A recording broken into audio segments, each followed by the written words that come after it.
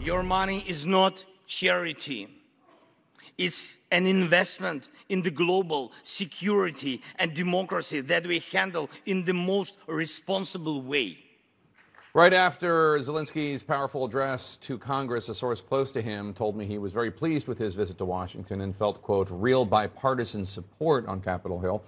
Despite that, some Republican lawmakers remain opposed to the rising price of U.S. aid to Ukraine as the Pentagon moves forward with its plan to send Ukraine the coveted Patriot missile defense system. A senior U.S. defense official tells CNN the U.S. will start training Ukrainian troops on the complex, resource-heavy machine, quote, very soon. In the meantime, CNN's Will Ripley shows us what's happening right now on the front lines in eastern Ukraine. Ukrainians remain defiant in Bakhmut as heavy fighting continues on the outskirts. Russian forces still pounding the city as they've been doing for months now, driving most of its 70,000 residents away. These days, it's eerily quiet here. Silence broken only by rushing soldiers and Russia's deadly bombardments. Only a handful have stayed, braving the Russian artillery roulette. They gather in underground shelters. Power, water, heating, only available in aid stations like this.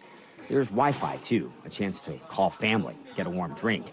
For Dennis, it's this that keeps him going. We're holding on, surviving, he says. His father stayed behind, and so did he, betting on Ukraine. We hope our soldiers will defend Bakhmut, he says. To make sure they're able to do so, President Volodymyr Zelensky traveled all the way to Washington. To ensure Bakhmut is not just a stronghold that holds back the Russian army, but for the Russian army to completely pull out, more cannons and shells are needed.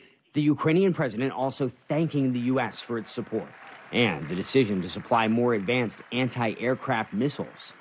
If your patriots stop the Russian terror against our cities, it will let Ukrainian patriots work to the full to defend our freedom.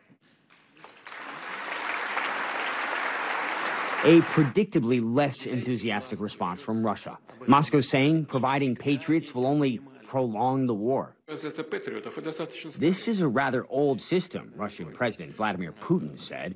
Those who are doing this are doing it in vain.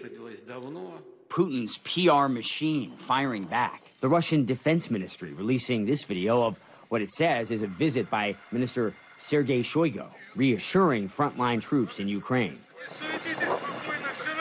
Don't fuss, keep calm. Everything is fine, he says. Everything is fine, keep calm.